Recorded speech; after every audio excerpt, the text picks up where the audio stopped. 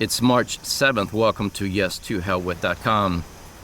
Have you ever noticed the phrase that echoes through the halls of Congress, "My good friend on the other side of the aisle"? You hear it again and again. My friend from the other party, my good friend across the aisle. It sounds polite. It sounds civil. It sounds like statesmanship. But to many Americans, it sounds like something else entirely. Because while they stand there praising their good friends, the American people are watching something very different unfold. They are watching the Constitution ignored. They are watching debt explode into trillions.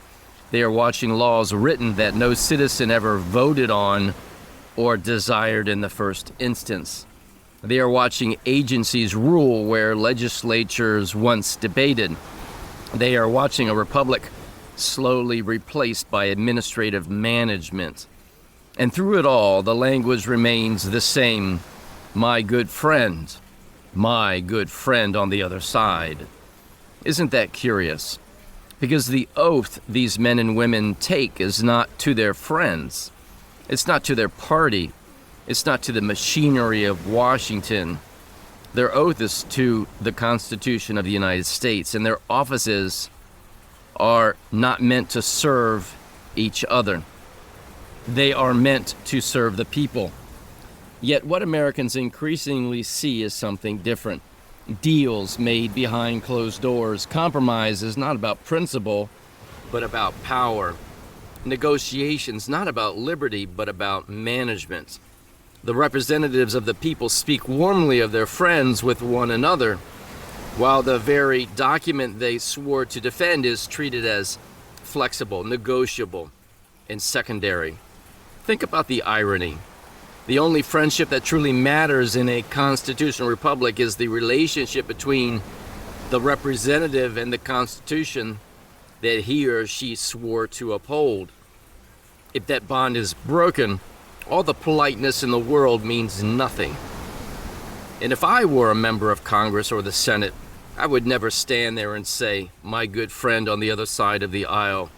In fact, I doubt if I would even say that about members of my own party. I would look at every member of that chamber and judge them by one standard alone, their fidelity to their oath. Do they defend the Constitution? Do they protect its limits? Do they honor the structure of freedom as it was written and to be preserved? Now, if they do this, they would earn my respect. If not, if they twisted it, ignored it, or stretched it into meanings that the founders never intended, then I would not call them my friends. I would call them what they are, an enemy of the Constitution, an enemy of the American Republic, an enemy of the American people, an enemy of freedom itself.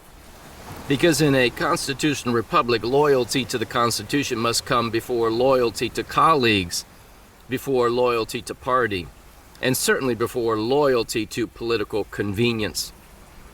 So when Americans hear that phrase, my good friend on the other side of the aisle, many no longer hear civility. They hear a quiet confession, a confession that loyalty inside the club has become stronger than loyalty to the character of freedom that created the office in the first place. But the American people did not send them to Washington to make friends. They sent them there to defend the Constitution and to preserve the freedom of the American people. And if those who hold office forget that, then it's time for the people to remind them, because in America, the Constitution is not negotiable, and no friendship in Washington should ever come at the expense of freedom. And as always, may truth reign supreme.